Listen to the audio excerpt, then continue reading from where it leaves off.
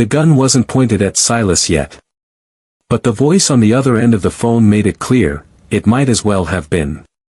"We found him," the man whispered. "The name you told us never to say again." Silas stood in the dark of his study, jaw tight, fingers pressed against the cold glass of the window. Rain hammered the mansion like fists on a door that wouldn't open. His empire was built on control. Cameras in every hallway. Guards on every floor. Silence so thick you could hear a breath from 3 rooms away. Nothing moved in his house unless he allowed it. But that name, the one being whispered through the phone, changed everything. Hi viewers, kindly tell us where you're watching from and what time it is. Warm welcome to the family, enjoy the story. Silas didn't answer the man on the phone. He just ended the call. His hand didn't shake. It never did. But his chest felt heavy, like something was sitting on it, waiting. He moved through the hallways, boots silent on marble floors. The guest wing was supposed to be empty. Sealed. Safe. He walked past 2 guards who didn't even blink. They knew better than to ask questions. Silas reached the bathroom door at the end of the hall. He didn't knock.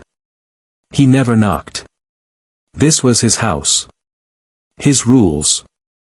He pushed the door open. Time stopped. A woman stood there, wrapped in a white towel, hair wet and clinging to her shoulders. Her eyes went wide. Not with embarrassment, but with fear. Real fear. The kind that comes from somewhere deep and old. Silas turned his head immediately, instinct kicking in. He wasn't that kind of man. But before he could step back, something caught his eye. Scars.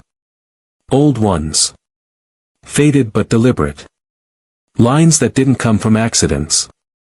They ran across her shoulders, down her arms, like someone had written on her skin with a blade. And then he saw it. Just under her ribs. Burned into her skin. A symbol. Silas froze. His blood went cold. He knew that mark. Every man in his world knew that mark. The ash circle. The one crew that didn't negotiate. Didn't forgive. Didn't leave witnesses. And this woman, his maid, carried their brand like a tattoo she couldn't remove. Silas stepped back slowly, closing the door with a control that didn't match the storm inside his head. He stood in the hallway, staring at nothing, heart pounding in a way it never did. Not during deals. Not during threats. Not even during gunfire. This was different. Because the ash circle didn't let people go. If she had that brand, it meant one of 2 things. Either she escaped. Or they sent her. Silas walked back to his study, mind racing. He'd spent years keeping his enemies outside his walls. He'd built this fortress to make sure no one could touch him. But now, standing in the quiet of his own home, he realized something terrible. The danger wasn't outside anymore. It was already inside. He pulled up the security footage from the last 3 weeks. Every frame of her. Arriving with one suitcase. Smiling that smile that never reached her eyes. Moving through the mansion like a ghost. Keeping her head down.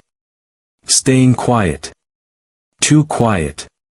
Silas leaned back in his chair, fingers steepled under his chin. His mind was sharp again, cutting through the shock. He didn't believe in coincidences. Not in his world. If she was here, someone put her here. And if someone put her here, they wanted something. The question was, what? Silas stood and walked to the window again. The rain had slowed. The city lights blinked in the distance like eyes watching him back. He thought about the scars on her skin. The way she flinched when someone moved too fast. The way she apologized even when no one accused her of anything. She wasn't just afraid. She was trained to be afraid. And that made her dangerous. Silas didn't sleep that night. He sat in the dark, watching the monitors, waiting for her to move. Waiting for a sign. Waiting for proof. Because if the ash circle had sent her, they weren't just after him. They were after everything he'd built. And Silas Moretti didn't lose. Not his empire. Not his control. And definitely not to a ghost from a world he thought he'd buried. But as the hours dragged on, one thought kept circling back, cold and sharp. If she carried that brand, it meant one thing. Someone had sent her here. And Silas had just let her in. 3 weeks earlier, Silas watched a woman walk through his front gate on a screen before she ever stepped into his office. Her name was Nia Vale. One suitcase. Clean shoes. Hair pulled back tight. She moved like someone who'd been told exactly how to walk, steady, careful, invisible. Silas leaned forward in his chair, eyes narrowed. He'd seen hundreds of files in his life. Most had gaps. Drama. Mess. Something real. Hers was spotless. Too spotless. No employment gaps. No family drama listed. No references that seemed too eager or too cold. Just clean lines and perfect answers. Only two kinds of people lived that neat. Liars. And survivors. Silas closed the file and stood. He didn't call her in yet. He wanted to see how long she'd wait. How she'd sit. Whether she'd fidget or check her phone or look around like she was casing the place. She did none of that. She sat with her back straight, hands folded in her lap, eyes forward. Like she'd been taught that stillness was survival. Silas walked into the room without a word. No greeting. No handshake. He just pointed at the chair across from his desk. Sit. She sat. No hesitation. No question. He didn't offer her water. Didn't smile. Didn't pretend this was anything other than what it was, a test. Why do you want this job? Silas asked, voice flat. Because it's stable, Nia said. Her voice was calm. Not warm. Not cold. Just controlled. And expectations are clear. Most people tried to charm him. Tried to laugh or compliment the house or say something about how honored they'd be to work here. Nia didn't. She answered like someone who learned early that extra words can get you hurt. Silas leaned back, watching her. She didn't look away. Didn't blink too much. Didn't smile to fill the silence. I don't tolerate mistakes, he said. I understand. I don't tolerate excuses. I understand. I don't tolerate personal complications. Nia paused. Just for a second. Her fingers tightened slightly in her lap. Then she looked him dead in the eye. I won't be one, she said. Silas studied her face. No desperation. No fear. Just walls. Thick ones. And that's when he noticed it. Long sleeves. It was summer. Warm. The kind of heat that made people peel off layers the second they stepped inside. But Nia wore a long-sleeved blouse buttoned to the wrists. Silas didn't mention it. Not yet. You'll work alone most of the time, he said. You'll follow instructions exactly. You'll stay out of rooms you're not assigned to. And you'll never ask questions about what you see or hear in this house. I understand, Nia said again. Silas stood. The interview was over. He should have sent her away. Her file was too clean. Her answers too controlled. Everything about her screamed red flag. But he didn't send her away. Because something about her silence felt like a locked room. And Silas hated locked rooms he didn't own. You start Monday, he said. Nia blinked. Just once. Like she didn't expect it to be that easy. Thank you, she said quietly. Silas didn't respond. He just watched her leave, the way she moved, shoulders tight, steps measured, like she was walking through a minefield even in an empty hallway. After she left, Silas pulled up her file again. He stared at the photo. The perfect posture. The neutral expression. And he thought about the way she paused when he mentioned personal complications. Like she was hiding something. Or running from it. How many people do you pass every day who are just trying to survive? People who smile when they're breaking. People who say they're fine when they're not. You see the signs. The long sleeves in summer. The flinch at loud sounds. The apologies for things that aren't their fault. And most of us just look away. Silas hired Nia that day. Not because he trusted her. Not because he believed her story. He hired her because his instincts told him she was dangerous. And Silas Moretti built his empire on knowing his enemies before they struck. What he didn't know, what he couldn't have known, was that the day he hired her, he didn't just bring a maid into his home. He invited a war. And wars don't ask permission before they burn everything down. Nia learned the mansion in 4 days. Not the way most staff did, slowly, with questions, getting lost in hallways. She learned it the way someone maps an escape route. Which floors creaked. Which doors were loud. Which corridors had cameras and which had blind spots. Silas watched her on the monitors more than he wanted to admit. She moved like a shadow. Always choosing tasks that kept her alone. Cleaning rooms no one used. Organizing closets in empty wings. She never lingered in spaces where people gathered. And she never, ever relaxed. Silas noticed things he told himself didn't matter. The way Nia always positioned herself with her back to a wall when she stopped moving. The way her eyes tracked every person who entered a room, calculating distance and exits before she even acknowledged them. The way she ate lunch in the corner of the kitchen, fork in one hand, the other resting flat on the table like she might need to push herself up and run. These weren't habits. They were survival instincts. One afternoon, Silas was passing through the kitchen when one of the cooks slammed a cabinet door. It wasn't even that loud. Just a normal, everyday sound. But Nia froze. She didn't scream. Didn't jump. Didn't gasp. She just stopped. Completely. Like her body was waiting for something, a hit, a shout, something worse. Her shoulders locked. Her breathing stopped. And for 3 full seconds, she didn't move. The cook didn't even notice. He just kept chopping vegetables, humming under his breath. But Silas noticed. He stood in the doorway, watching as Nia slowly came back to herself. Her fingers trembled slightly as she picked up the dish towel again. She glanced around the room, checking to see if anyone saw. Her eyes met Silas for half a second. Then she looked down fast and went back to work. Silas didn't say anything. He just walked away. But something ugly twisted in his chest. Something that felt too much like recognition. Because people don't freeze like that unless they've been taught that movement gets punished.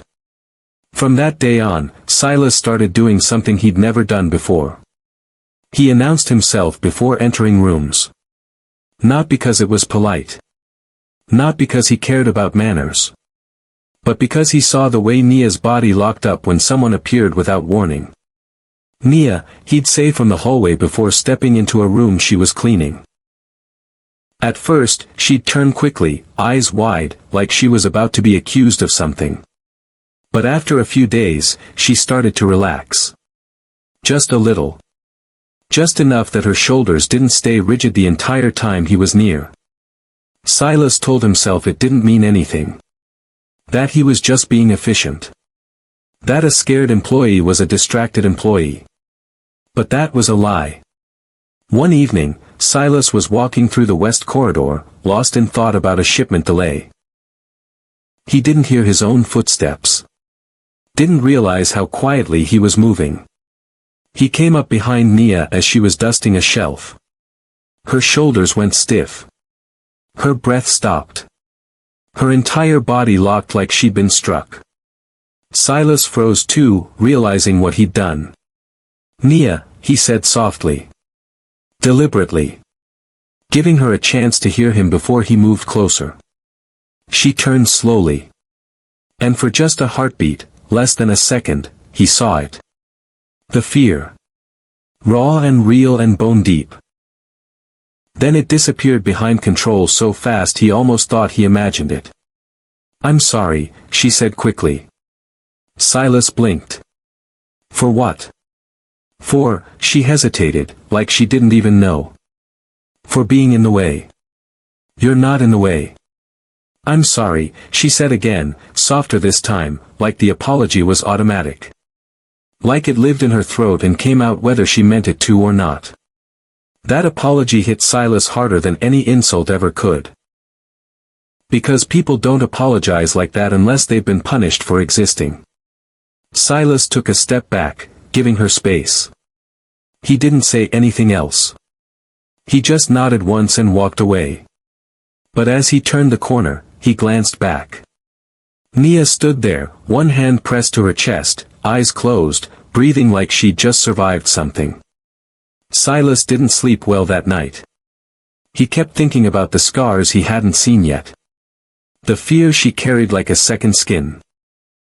The way she moved through his house like it was a battlefield. And he wondered what kind of hell someone had to live through to flinch at kindness. He told himself he didn't care. That she was just an employee. That her past wasn't his problem. But that was another lie. Because the truth was, Silas recognized her. Not her face. Not her name. But the way she survived. The way she made herself small. The way she apologized for breathing. He knew that look. He'd seen it before. And then the night of the bathroom happened. And Silas finally saw what she'd been hiding.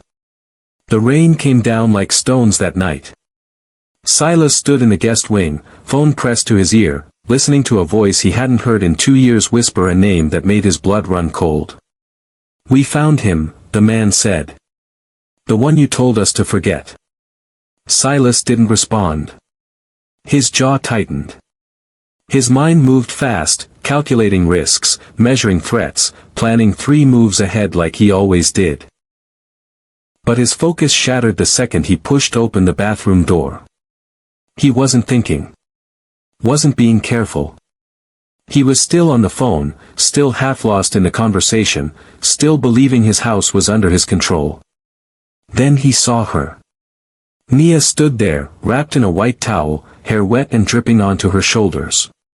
Her eyes went wide, not with embarrassment, but with pure, unfiltered fear. The kind of fear that doesn't come from being caught off guard. It comes from being caught. Silas turned immediately, instinct kicking in. He wasn't that kind of man. He started to close the door, started to leave, started to pretend this never happened. But then his eyes caught something. Scars. Faint. Healed. But deliberate. They ran across her shoulders like someone had carved lines into her skin with precision. Not accidents.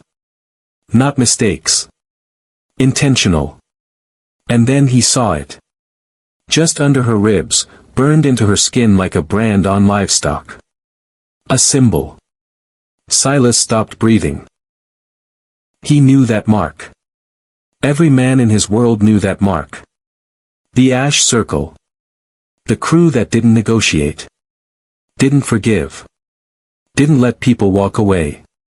They burned that symbol into people they owned. People they controlled. People they marked as theirs forever. And Nia, his maid, the woman he'd hired 3 weeks ago, carried it like a scar she couldn't erase. Silas closed the door. Slowly. Gently. Like he was holding back an earthquake with his bare hands. He stood in the hallway, staring at the wood grain, Heart pounding in a way it never did during deals or threats or gunfire. This was different. This wasn't business. This was personal. Because if Nia had that brand, it meant the Ash Circle had touched her. Hurt her. Owned her. And if they owned her once, they still believed they did. Silas pressed his palm flat against the wall, steadying himself. His mind raced through possibilities, each one worse than the last. Did she escape? Was she running? Or did they send her here? He thought about her interview. The way she answered every question with perfect control. The way her file was too clean. The way she never asked for anything, never complained, never drew attention.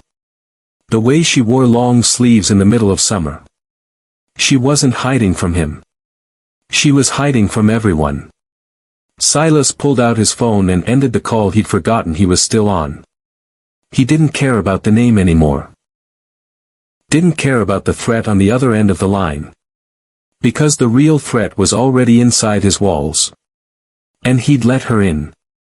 Some people build walls to keep danger out. But what happens when the danger is already inside? When the person who needs protecting is the same person you should fear? We talk about safety like it's simple. Like it's black and white. But the truth is harder. Sometimes the people who've been hurt the most are the ones we're afraid to help. Because helping them means stepping into their war. And most of us aren't ready for that fight. Silas walked back to his study, mind sharp and cold again. He pulled up the security footage. Every frame of her. Every moment since she arrived. He watched her move through his mansion like a ghost. Watched her eat alone. Watched her flinch at sounds no one else noticed. And he realized something that made his stomach turn.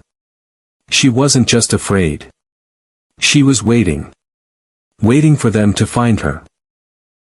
Waiting for the door to open. Waiting for the moment she couldn't run anymore. Silas leaned back in his chair, fingers steepled under his chin. He'd built this empire on control. On knowing his enemies before they struck. On staying 3 steps ahead of everyone who wanted him dead. But this time, he'd miscalculated. Because he thought his enemies were outside his walls. He thought his fortress was impenetrable. He thought he was safe. But the Ash Circle didn't need to break down his doors. They'd already sent someone through the front gate. And Silas had hired her himself. He stood and walked to the window, watching the rain streak down the glass like tears. The city lights blinked in the distance, cold and indifferent. Silas Moretti had spent years keeping control. Years making sure nothing in his house happened without his permission. But tonight, standing in the dark, staring at his own reflection, he realized the truth. The Ash Circle had found him. And they were already inside. Silas made a call he hadn't made in 2 years. The phone rang 3 times before a voice answered, smooth, amused, like everything was a joke only he understood. Silas Moretti, the voice said. You don't call unless something's bleeding. I need you here, Silas said.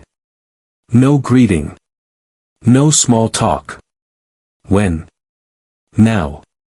The line went dead. 40 minutes later, Carmine Russo walked through Silas' front door like he owned it.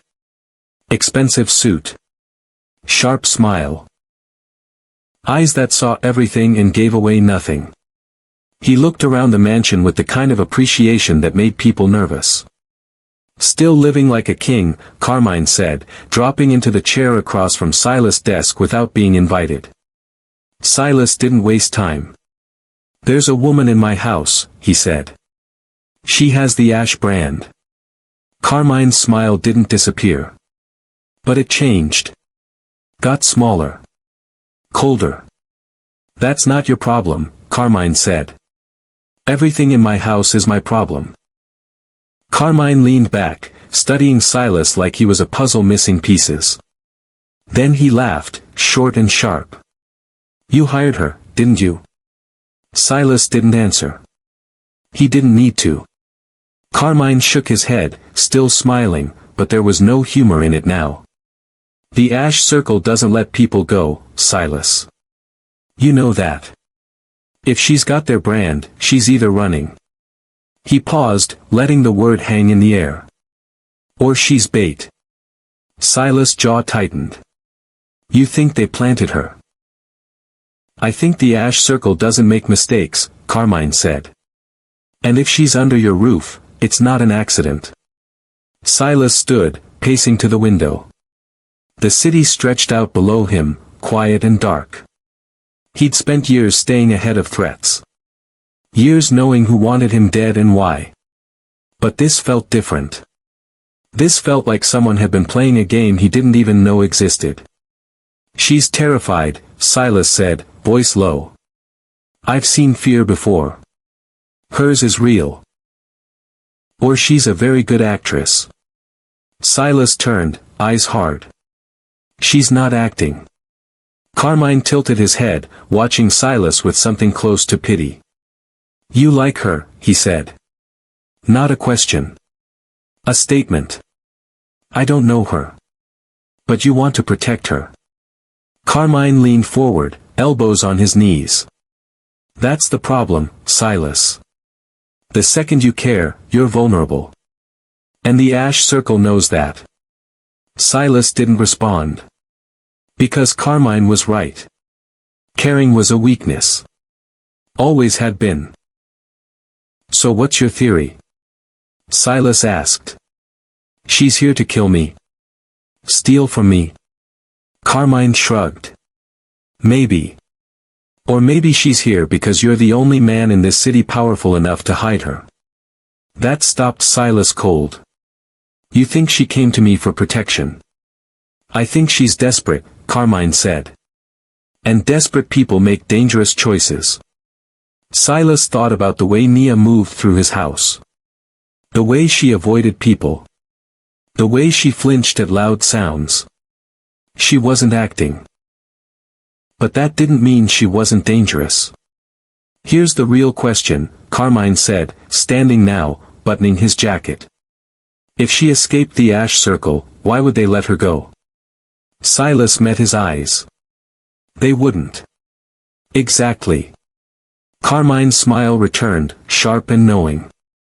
So either she's the best escape artist in the world, or they wanted her to run. Why? Carmine walked to the door, then stopped and looked back. Because they want you to open something for her, Silas. A door. A vault. A secret. Something you wouldn't open for anyone else. Silas felt ice crawl down his spine. And when you do, Carmine continued, they'll be waiting. He opened the door, stepping into the hallway. But before he left, he turned one last time. One more thing, Carmine said, his smile widening into something almost genuine. If she's bait, the hook is coming. Then he was gone.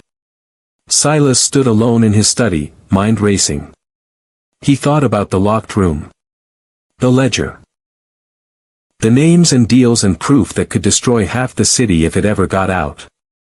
He thought about Nia standing at that door 2 nights ago, hand pressed against the wood like she was listening. How did she even know it existed? Silas pulled up the security feed, scrolling back through the last 3 weeks. Looking for something. Anything. And then he found it. 2:13 a.m. Last night. Nia, barefoot and silent, walking through the hallway like a ghost. She stopped at the locked door. The one nobody was supposed to know about. The one even most of his staff had never seen. She didn't try to break in. She just stood there. Hand on the door. Listening. Like she knew exactly what was inside. Silas watched the footage 3 times, heart pounding harder with each replay. Carmine was right. This wasn't an accident. And Silas had just invited a war into his home. Silas didn't sleep that night. He sat in his study, eyes fixed on the monitor showing the hallway outside the locked room. Waiting. Watching. At 2:13 a.m., she appeared. Nia moved through the corridor like smoke, barefoot, silent, her white nightgown almost glowing in the dim emergency lighting. She didn't look around. Didn't check for cameras. She walked straight to the door. The one room in his entire mansion that was sealed. The one place even his most trusted guards weren't allowed near. The room that held the ledger. Names. Deals. Proof. Everything that could bring down half the city's power structure if it ever saw daylight. Nia stopped in front of it. And then she did something that made Silas' blood run cold. She pressed her hand flat against the wood. Not trying to open it. Not testing the lock. Just listening. Her eyes closed. Her head tilted slightly, like she was hearing something on the other side. Something only she could hear. She stood there for 2 full minutes. Then she pulled her hand back, turned, and walked away. Silas replayed the footage 4 times. Each time, his chest tightened. Because there was no way she should know that room existed. It wasn't on any blueprint. Wasn't mentioned in any staff briefing. The door looked like every other door in that hallway, plain, unremarkable, forgettable. But Nia walked straight to it. Like she'd been told exactly where to go. The next morning, Silas found her in the library, dusting the same shelf twice. Her movements were mechanical. Distracted. He didn't announce himself this time. "You're safe here," he said. Nia's hand froze mid-motion. She didn't turn around. "People say that," she replied quietly. "I'm not people." She turned then, and the look in her eyes was something Silas wasn't prepared for. Not anger. Not fear. Exhaustion. "You don't know what you're saying," she whispered. "Then tell me." Nia shook her head, a bitter smile touching her lips for just a second. "You can't protect someone from a war that's already inside them." Silas took a step closer. Not too close. Just enough that she'd know he wasn't leaving. "I've fought wars," he said. "I know how to win them. Not this one." Her voice cracked, just slightly. "This one doesn't end." Silas wanted to argue. Wanted to promise her safety. Wanted to do what powerful men always do, fix things with money or force or control. But the words died in his throat.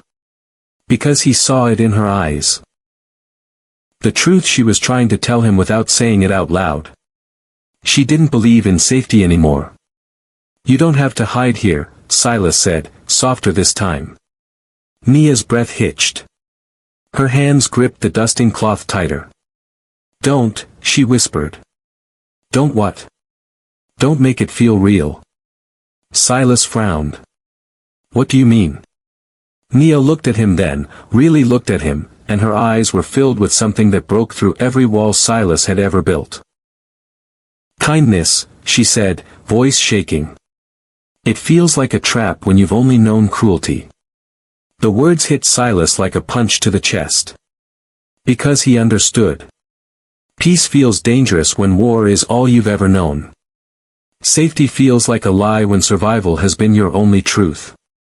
And people who've been hurt long enough start to believe they don't deserve anything better. Nia turned back to the shelf, hands trembling as she tried to keep dusting like nothing had happened. Silas didn't push. Didn't demand answers. Didn't force her to explain. He just left. But an hour later, when Nia came back to her small room in the staff quarters, she found something waiting for her. A mug of tea. Still warm. No note. No explanation. Just tea. Nia stared at it like it might explode. Her hands hovered over the mug, shaking. She looked around the room, checking corners, checking shadows, checking for the catch. Because in her world, kindness always came with a price. She didn't drink it. But she didn't throw it away either. She just sat there, staring at it, trying to remember the last time someone had done something for her without wanting something back. She couldn't. How many people are sitting in rooms right now, staring at kindness like it's poison? How many people have been hurt so badly that love feels like a weapon? We see them every day. The ones who flinch when you reach for them. The ones who apologize for existing. The ones who can't accept help because help has always come with conditions. And most of us, we just walk away. Because it's easier than staying. Easier than fighting for someone who doesn't even know how to fight for themselves anymore. 2 nights later, at 1:47 a.m., the power flickered. Just for a second. When the lights came back on, one camera feed stayed black. The one watching the locked door. Silas was out of his chair before his mind fully processed what was happening. He moved through the mansion fast and silent, instinct taking over. When he reached the corridor, his worst fear was confirmed.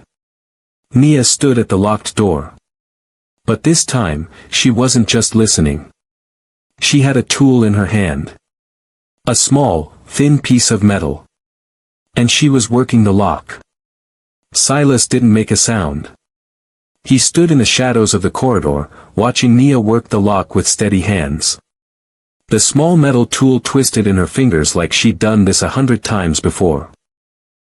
Her sleeves were rolled up. And for the first time, Silas saw the full truth carved into her skin. The scars weren't random. They were letters. Words. Someone had written on her arms with a blade, slow and deliberate, turning her body into a message she couldn't erase. Silas felt something dark and violent rise in his chest. Something that made his hands curl into fists. But he didn't move. Not yet. The lock clicked. Nia's breath caught. Her hand froze on the door handle. "Don't," Silas said. Nia spun around, eyes wide, the tool still gripped in her hand like a weapon. For 3 seconds, neither of them moved. Then Nia's face hardened. The fear disappeared, replaced by something colder. Sharper. Anger. "Don't come closer," she said, voice low and steady. Silas raised his hand slightly, showing he wasn't armed. Showing he wasn't a threat. But his eyes stayed locked on hers.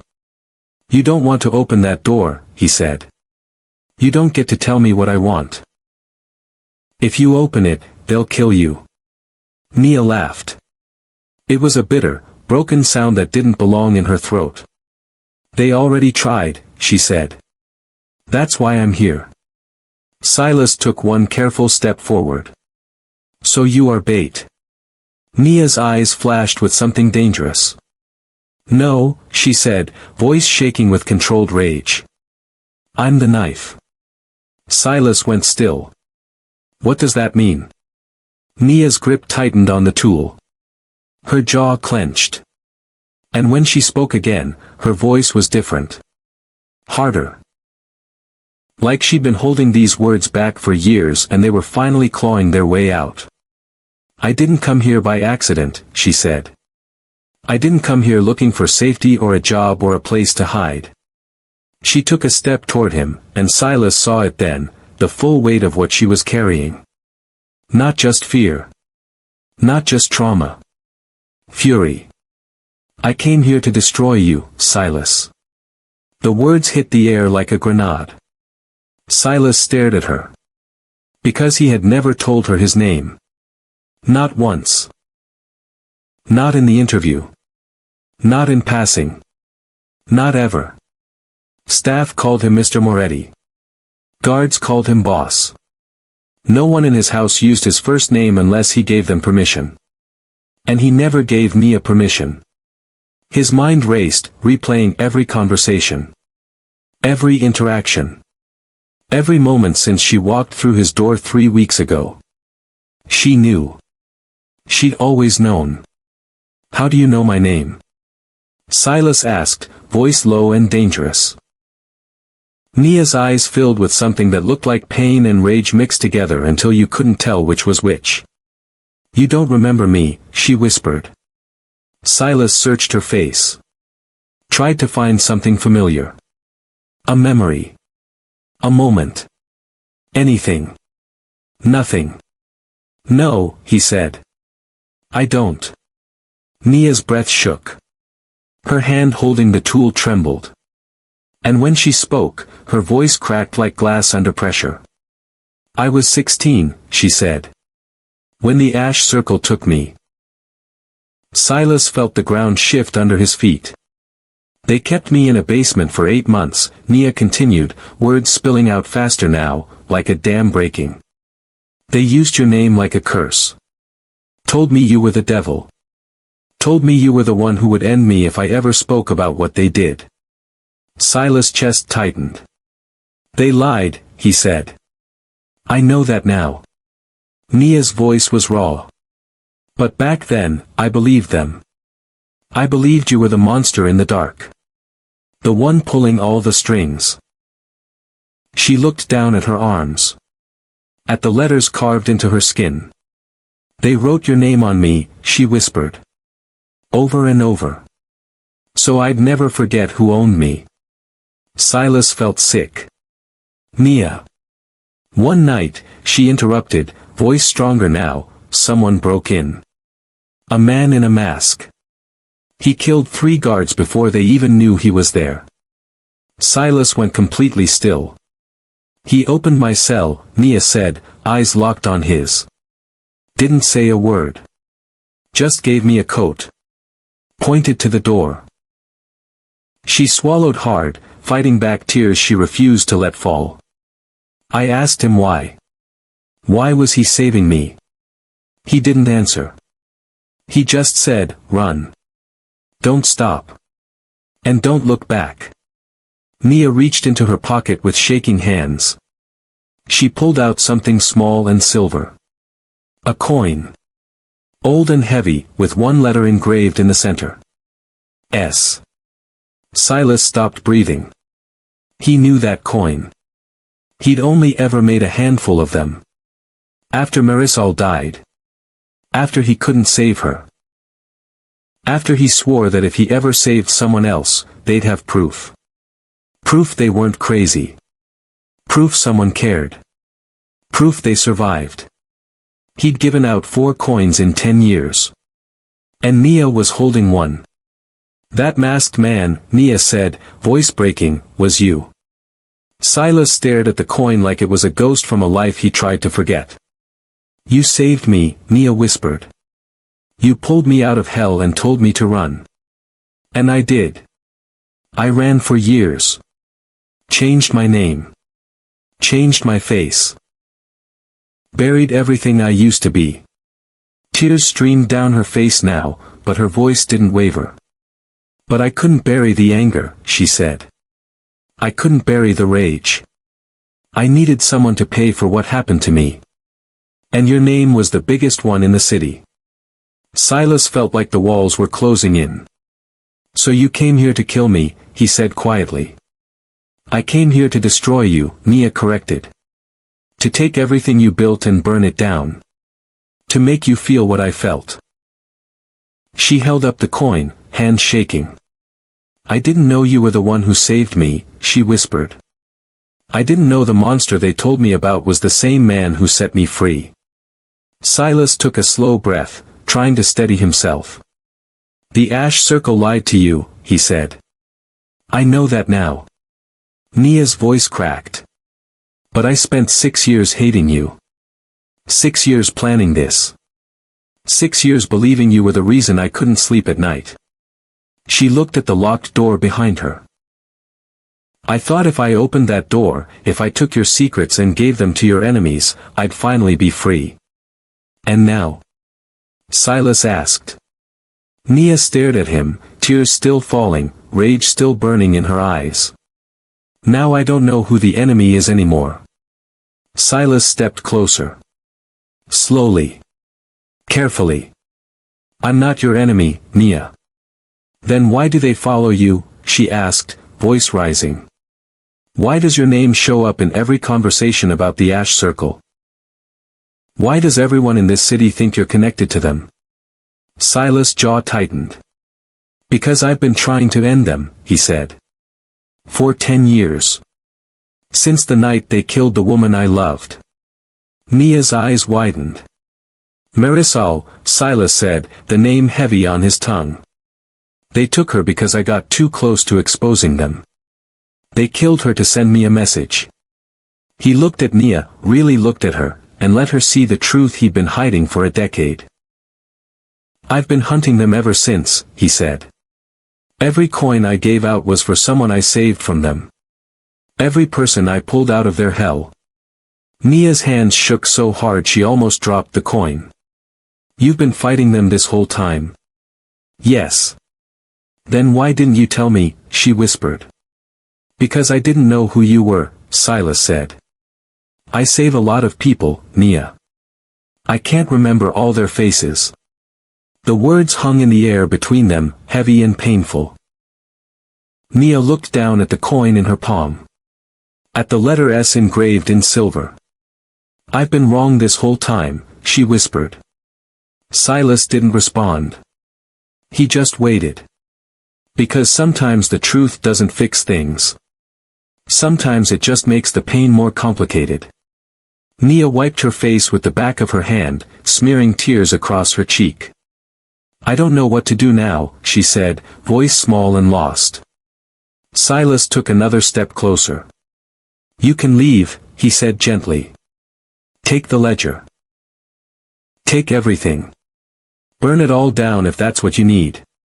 Nia looked up at him, eyes red and raw. But if you leave alone, Silas continued, they'll find you. And this time, I won't be there to pull you out. Nia's breath hitched. What are you saying? I'm saying you don't have to do this alone anymore, Silas said. I'm saying I want this to end. For both of us. Before Nia could respond, the lights flickered again. Then alarms erupted through the mansion. Loud and violent and wrong. Silas' phone buzzed in his pocket.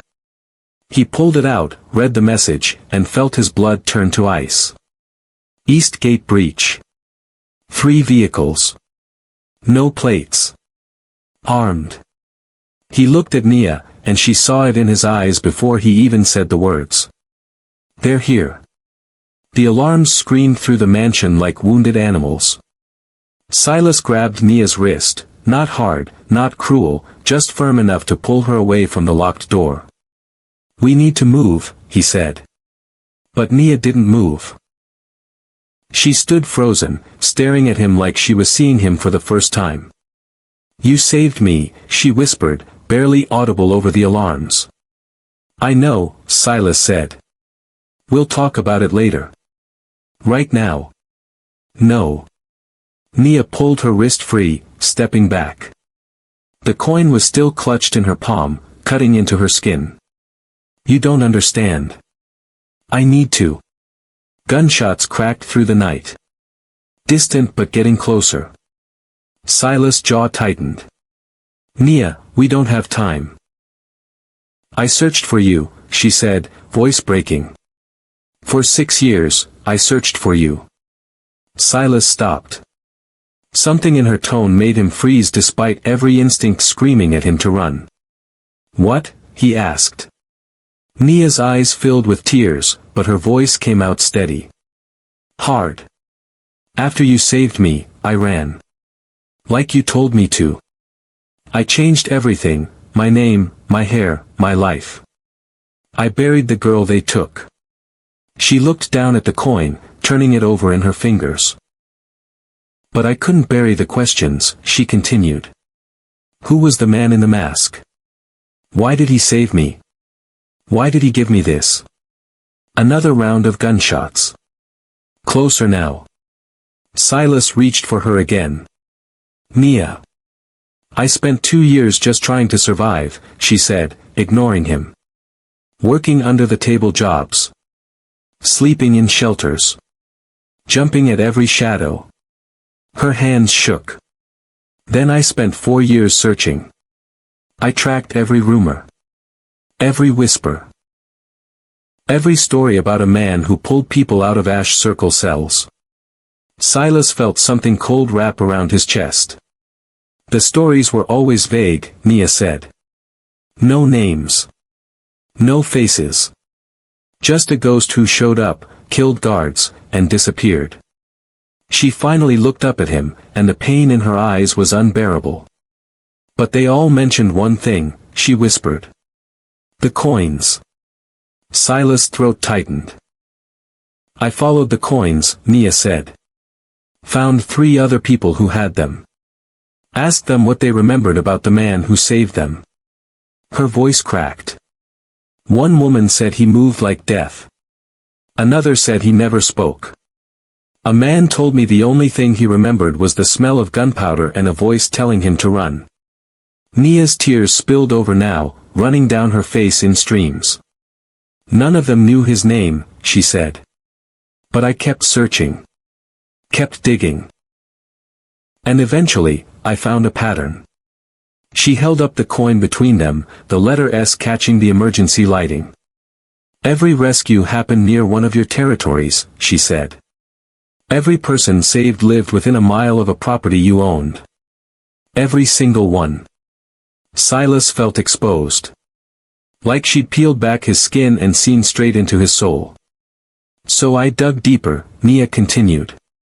And I found your name everywhere. Silas Moretti. The most powerful man in the city. Connected to every criminal network.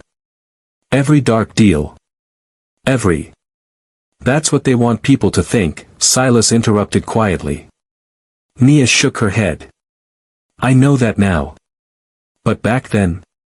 All I saw was your name next to the ash circle. All I heard were the stories about how dangerous you were. How ruthless. She wiped her face roughly. I convinced myself you weren't the masked man, she said. I convinced myself the man who saved me couldn't possibly be the same man whose name was carved into my arms. Silas looked at her scars. At the letters burned into her skin. His name. Written by monsters who used him as a boogeyman. I decided you were the real enemy, Nia whispered. That you were the reason the ash circle existed. That destroying you would destroy them. More gunshots. Glass shattering somewhere on the ground floor. Silas grabbed Nia's shoulders gently. Listen to me, he said. You were wrong. But you're not the first person they lied to. The ash circle has been using my name to scare people for years. I know, Nia said, voice barely holding together. But I spent 6 years hating you. 6 years planning your destruction. 6 years. She broke off, choking on the words. I didn't search for you to thank you, she finally said, looking him straight in the eyes. I searched for you to kill you. The words landed like stones in water. Heavy. Final. Silas didn't flinch. But you didn't, he said simply. Because I didn't know, Nia whispered. I didn't know you were the same person. I didn't know the monster and the savior had the same face. How many people walk through life thinking they know who the villains are? We hear a name attached to darkness and we stop asking questions. We see someone connected to evil and assume they're evil too. But what if we're wrong? What if the person we've been hating is the same person who's been fighting for us in the shadows? What if the hero never gets credit because they're too busy saving people to tell their own story? An explosion rocked the mansion. The walls shook. Silas pulled Nia toward the hallway. We need to go. Now. This time, she didn't resist. She let him lead her through the corridors, both of them running as the sounds of invasion grew louder. They reached a hidden panel in the wall. Silas pressed his palm against it, and it slid open, revealing a narrow tunnel leading down. This leads to the old subway system, Silas said. There's an exit 3 blocks north. Nia looked at the tunnel, then back at Silas. Come with me, she said. I have to buy you time. No. Nia grabbed his arm. You said I don't have to do this alone anymore. That goes both ways. Silas stared at her. At this woman who'd spent 6 years hunting him. This woman he'd saved without knowing. This woman who'd carved his name into her heart as both curse and prayer. If we stay, we die, he said. Then we run together, Nia replied. Or we fight together. But I'm not leaving you. Something shifted in Silas' chest. Something he hadn't felt since Marisol died. Hope. He was about to respond when footsteps echoed down the corridor. Fast. Heavy. Military-grade boots on marble. Silas pushed Nia toward the tunnel entrance. Go, he said. Not without. A voice cut through the chaos. Smooth. Amused. Familiar. You always did love secrets, Silas. They both turned. Carmine Russo stood at the end of the hallway, flanked by 4 armed men in black tactical gear. He was smiling. And he had a gun pointed directly at Nia. Hand her over, Carmine said, voice casual like he was asking for a cup of coffee. And you get to keep your empire. Silas stepped in front of Nia without thinking. His body became a shield. She's not going anywhere, he said. Carmine's smile widened. You'll die for a maid. Silas' voice was calm. Cold. Final. She was never just a maid. Carmine's expression shifted. The smile faltered. Something uglier took its place. You care about her, he said, almost surprised. You actually care. Lower the gun, Carmine. Can't do that. Carmine's finger moved to the trigger. See, the Ash Circle has been very patient with you, Silas. They've let you play hero. Let you save your little strays. But this one? He gestured at Nia with the gun. This one is special. This one they want back. Nia's breath caught behind Silas. Why? Silas asked. Carmine laughed. Because she's not just marked property. She's a message. And the message says, nobody escapes. Not even with your help. Silas' mind raced, calculating angles, distances, possibilities. How long have you been working with them? He asked, buying time. Since the beginning, Carmine said. You really thought you were dismantling the Ash Circle? You were doing exactly what we wanted, making them stronger by forcing them to adapt. Silas felt the betrayal like a knife between his ribs. Every person you saved, I reported, Carmine continued. Every move you made, I fed back to them. You were never hunting them, Silas. They were studying you. Behind Silas, Nia trembled. Not with fear. With rage. You sold us out, she whispered. Carmine shrugged. I sold survival. And survival is expensive. He raised the gun higher, aiming directly at Nia's head over Silas' shoulder. Step aside, Silas, he said. This doesn't have to be the end of you. Silas didn't move. It's already the end of me, he said quietly. The second I let you take her. Carmine's face hardened. Then you're both dead. His finger tightened on the trigger. And Silas made a choice. Silas moved faster than thought. He shoved Nia backward into the tunnel entrance and spun toward Carmine, using his own body to block the shot. The gun fired. The sound was deafening in the narrow hallway. But Silas was already moving, diving low, grabbing a decorative vase from a side table and hurling it at the overhead light. Darkness exploded through the corridor. Gunfire erupted, wild, panicked, blind. Go! Silas shouted at Nia. But she didn't go.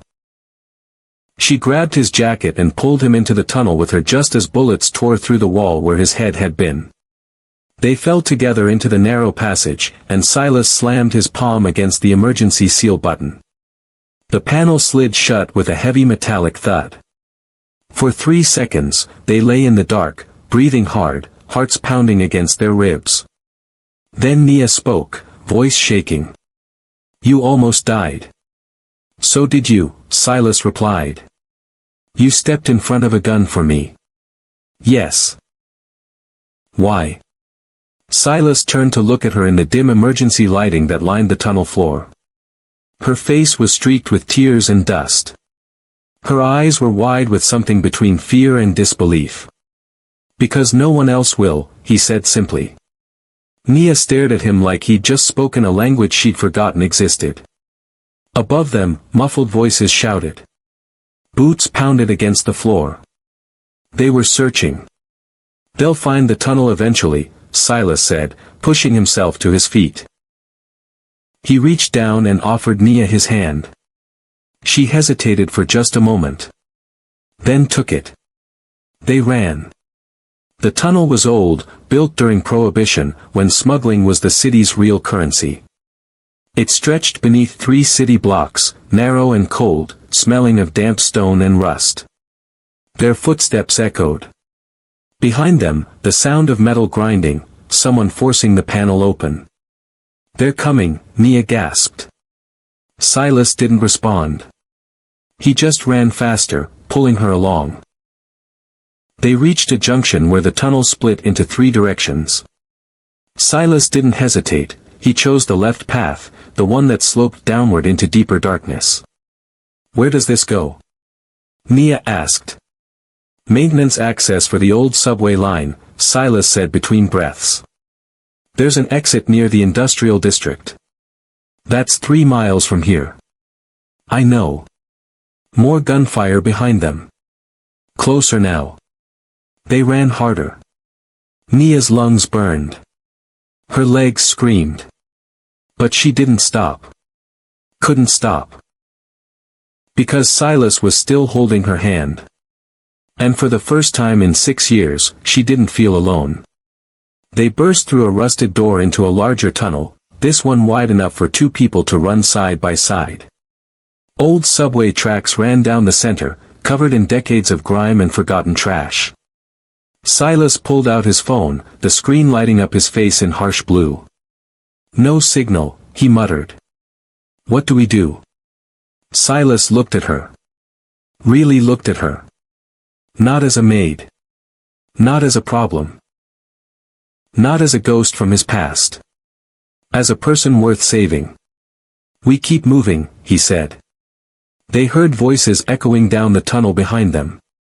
Flashlight beams cut through the darkness like searching fingers. Silas and Nia pressed themselves against the wall, trying to stay in the shadows. How many people does Carmine have? Nia whispered. Too many, Silas replied. He's been planning this for years. Why didn't you see it? Silas' jaw tightened. Because I trusted him. And trust makes you blind. Nia understood that better than anyone. The voices grew louder. Silas grabbed Nia's wrist, gently this time, not pulling, just holding, and led her deeper into the tunnel. They moved silently now, every step calculated. They reached a maintenance ladder leading up to a grate. Silas climbed first, testing the metal rungs. They held. He looked down at Nia. You're next, he said. Nia climbed. Her hands shook on the cold metal. Her arms burned from exhaustion. When she reached the top, Silas was already pushing against the grate. It didn't budge. Locked from the outside, he muttered. Nia's heart sank. Below them, flashlights swept closer. Voices echoed, coordinated and efficient. They're hurting us, Silas said quietly. They knew we'd come this way. Then we're trapped. Silas looked at her, and something in his expression shifted. Softened. I need you to listen to me very carefully, he said. Silas. There's another exit, he interrupted. 50 yards back. Small. Easy to miss. It leads to a service tunnel that connects to the water treatment plant. Nia's eyes widened. Why didn't we take that one? Because I didn't know if you'd make it, Silas said. It's a tight crawl. Flooded in some sections. Takes 20 minutes minimum. So why are you telling me now? Silas pulled something from his jacket pocket. A small electronic keycard. This opens the emergency exits throughout the plant, he said, pressing it into her palm. You get out, you find the police, you tell them everything. Nia's breath stopped. What about you? I'll buy you time. No. Nia grabbed his jacket. No. You said we'd do this together. I know what I said. Then keep your promise. Her voice cracked. Don't leave me. Silas looked at her, and for the first time since Marisol died, he felt something break open in his chest. Something he'd locked away because it hurt too much to feel. I won't, he whispered. He pulled the keycard back and pocketed it. Together then, he said. Nia nodded, tears streaming down her face. Together. They climbed back down the ladder and retraced their steps, moving carefully, quietly, until they found the small access panel Silas had mentioned. It was half hidden behind a collapsed section of wall. Barely visible. Silas pried it open. Cold air rushed out, carrying the smell of stagnant water and rust. You first, he said. Nia dropped to her knees and crawled inside. The space was tight, so tight her shoulders scraped the walls.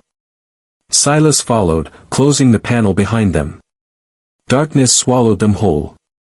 They crawled in silence, feeling their way forward. The tunnel was exactly as Silas described, narrow, flooded in sections, claustrophobic. Nia's hands plunged into icy water. She gasped. Keep moving, Silas said behind her. His voice was calm. Steady. An anchor in the dark. She kept moving. Minutes stretched into eternity. Every breath echoed. Every movement felt too loud. Then Nia's hand hit metal. A ladder. I found something, she whispered. That's the exit, Silas said. Go. Nia climbed. Her muscles screamed in protest, but she didn't stop. She pushed against the hatch at the top. It opened. Fresh air poured in, cold and clean and real. Nia pulled herself out into a small equipment room filled with pipes and machinery. She turned back to help Silas. He was halfway up the ladder when they heard it. Footsteps. In the tunnel behind them. Someone had found the access panel. Silas climbed faster. Nia grabbed his arm and pulled him through.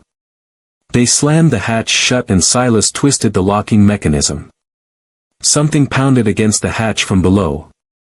Once. Twice. Then silence.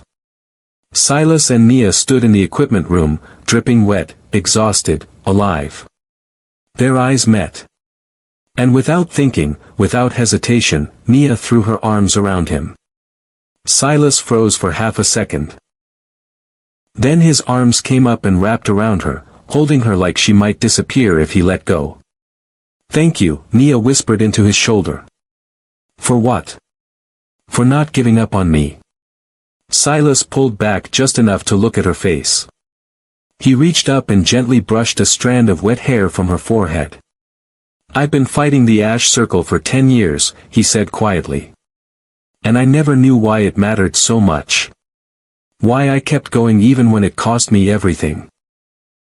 His thumb traced the edge of her jaw. Now I know, he whispered. It was for you. All of it. I just didn't know your name yet. Nia's breath caught. And in that moment, in that small forgotten room beneath the city, something impossible happened. Hope. But the sound of a door opening behind them shattered it. They spun around. Carmine stood in the doorway. Alone this time. No guards. No backup. Just him and a gun. And that smile that never reached his eyes. You two are adorable, he said. Really? Very touching. Silas stepped in front of Nia again. Carmine laughed. You know that won't work twice, right? Let her go, Silas said. This is between you and me. No, Carmine replied. This is between the Ash Circle and everyone stupid enough to think they can escape. He raised the gun, aiming it directly at Nia over Silas' shoulder. Hand her over, Silas, Carmine said, voice dropping all pretense of friendliness. Hand her over, or you both die right here. Carmine's finger rested on the trigger like it belonged there. Last chance, Silas, he said. Her life or your empire. Choose. Silas didn't hesitate. There is no empire worth her life. Carmine blinked, genuinely surprised. You're serious? Yes. You'll lose everything. Your reputation. Your power. Your control. Everything you've built for the last 15 years. Silas' voice was steady. Final. She was never just a maid. Carmine's face twisted into something ugly. Angry. You're going to die for someone you barely know. I know enough, Silas said. I know she survived hell.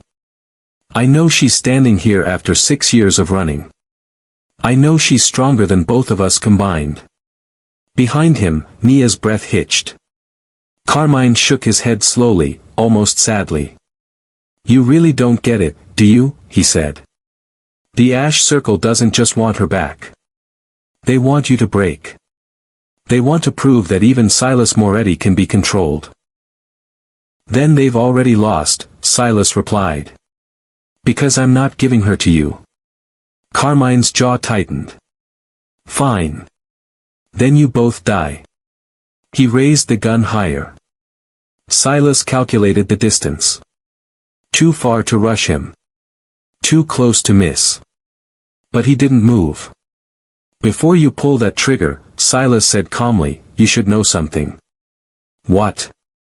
You've been recorded for the last 6 minutes. Carmine froze. Silas reached into his jacket slowly, carefully, and pulled out his phone. The screen was lit, showing a live recording in progress. Video and audio, Silas said. Uploaded to 3 separate cloud servers the second we entered this room. Carmine's face went pale. You're bluffing. Am I? Silas tilted the phone so Carmine could see the screen. You just confessed to working with the Ash Circle.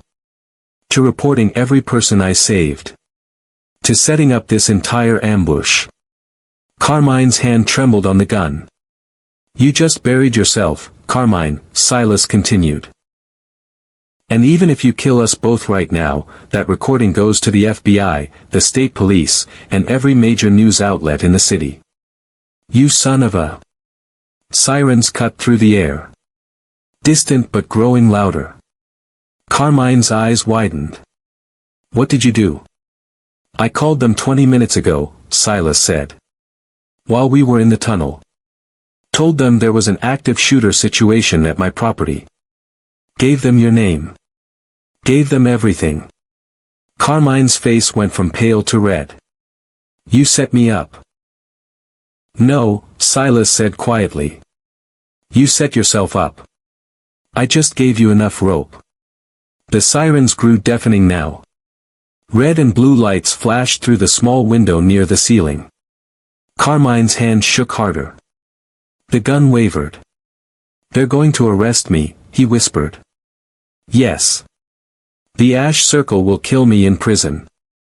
Probably. Carmine's eyes went wild, desperate. He looked at Silas. Then at Nia. Then back at Silas.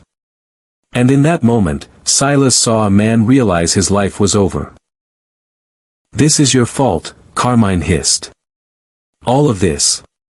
If you just stayed out of their business. Then people like Nia would still be in cages, Silas interrupted. So no. I don't regret it. Carmine's finger tightened on the trigger.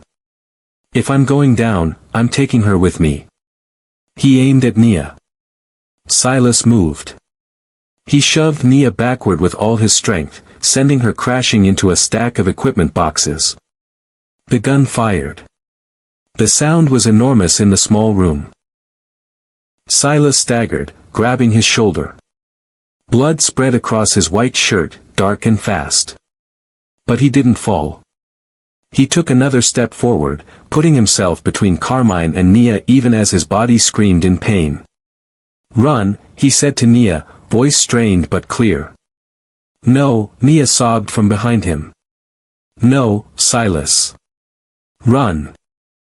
But before Carmine could fire again, the door behind him exploded inward. Police flooded the room, 6 officers in tactical gear, weapons drawn, shouting commands. "Drop the weapon. Drop it now." Carmine spun toward them, gun still raised. It was the last mistake he ever made. 3 shots rang out simultaneously. Carmine dropped. The room filled with chaos, officers securing the scene, radios crackling, someone calling for a medic. Silas collapsed to his knees. Nia was there instantly, catching him, lowering him gently to the ground. "Stay with me," she whispered, pressing her hands against his shoulder, trying to stop the bleeding. "Stay with me, Silas. Please." His eyes found hers. Even through the pain, he smiled slightly. "I'm not going anywhere," he said. "You're bleeding. I've had worse." "When?" "Once," he admitted. "But I didn't have a reason to survive that time." Nia's tears fell onto his face. "Don't you dare die on me." "Wasn't planning on it." Paramedics pushed through the crowd, taking over. They cut away Silas' shirt, packed the wound, started in 4. Nia held his hand the entire time, refusing to let go even when they tried to move her aside. "She stays," Silas said through gritted teeth. The paramedics didn't argue. They loaded Silas onto a stretcher. Nia climbed into the ambulance with him, still holding his hand. As they pulled away from the scene, sirens wailing, Nia looked down at their intertwined fingers. "I spent 6 years planning your destruction," she whispered. Silas squeezed her hand weakly. "And I spent 10 years thinking I couldn't be saved." Nia's forehead touched his, gentle and careful, both of them breathing together. "What happens now?" she asked. "Now we heal," Silas said. "Both of us." Dawn broke as they arrived at the hospital. The sky turned pink and gold, washing away the darkness. Doctors rushed Silas into surgery. Nia waited in a sterile white room that smelled like antiseptic and fear. Hours passed. Finally, a surgeon emerged, pulling off blood-stained gloves. "He's stable," she said.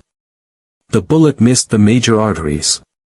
He'll need physical therapy, but he'll recover." Nia cried then. Really cried. All the fear and rage and pain she'd been holding for 6 years came pouring out. They let her see him an hour later.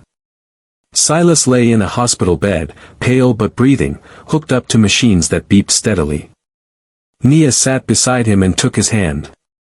His eyes opened slowly. "Hey," he whispered. "Hey," she whispered back. They stayed like that for a long time. Not speaking. Just existing together.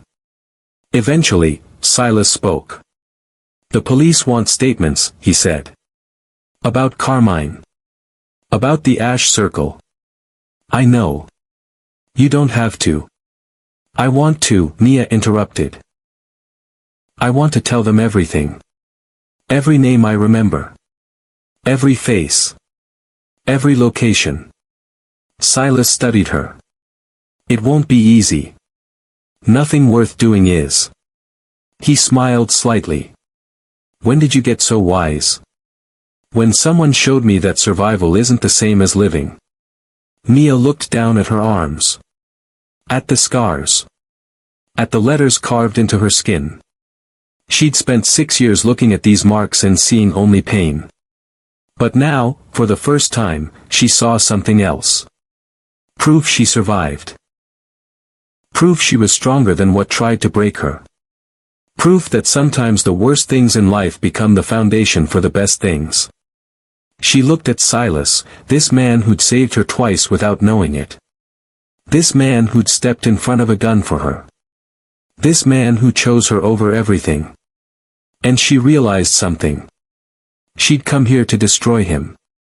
But instead, he'd saved her again. Not from the ash circle this time. From herself. From the hatred that was eating her alive. From the belief that she didn't deserve kindness. "Thank you," she whispered. "For what?" "For seeing me. Not the scars. Not the damage. Just, me." Silas reached up with his good hand and touched her face gently. "You were never invisible, Nia," he said. "You were just surrounded by people too blind to see." Outside the window, the city woke up. People rushed to work. Traffic hummed. Life continued, indifferent and constant. But in that hospital room, two broken people found something they thought they'd lost forever. Hope. Not the naive kind that pretends pain doesn't exist. The hard-earned kind that grows in the cracks where darkness used to live. Healing wouldn't be fast. It wouldn't be easy. They both had scars that would never fully fade. But they had something else now too. Each other. And sometimes, that's enough. Nia looked down at her arms one more time. At the names carved into her skin. At the letters that had haunted her for years. And she realized something bittersweet. There was one name missing. One name that should have been there all along. Silas. Not as a curse this time. As a promise. A promise that some people are worth fighting for. That some battles are worth the scars. That love, real love, doesn't erase the past. It just makes the future worth surviving for. Stories like this aren't just entertainment. They're mirrors. Reflections of the battles people fight every day in silence. The wars waged in hearts and minds that nobody sees. We scroll past them. Swipe away. Move on to the next thing. But what if we stopped? What if we looked closer? What if we realized that the person sitting next to us, standing in line behind us, serving our coffee, might be carrying scars we'll never see? Might be one act of kindness away from believing they're worth saving? Don't just scroll past this. Someone you know needs to hear it. Someone you love is fighting a war you don't see. Share this if you believe broken people deserve to be loved. Share this if you think hope is worth fighting for. Share this if you understand that sometimes the strongest thing you can do is simply refuse to give up on someone. Because at the end of the day, we're all just looking for proof that we matter. That we're seen. That we're worth saving. And maybe, just maybe, this story is that proof for someone who needs it today. The end.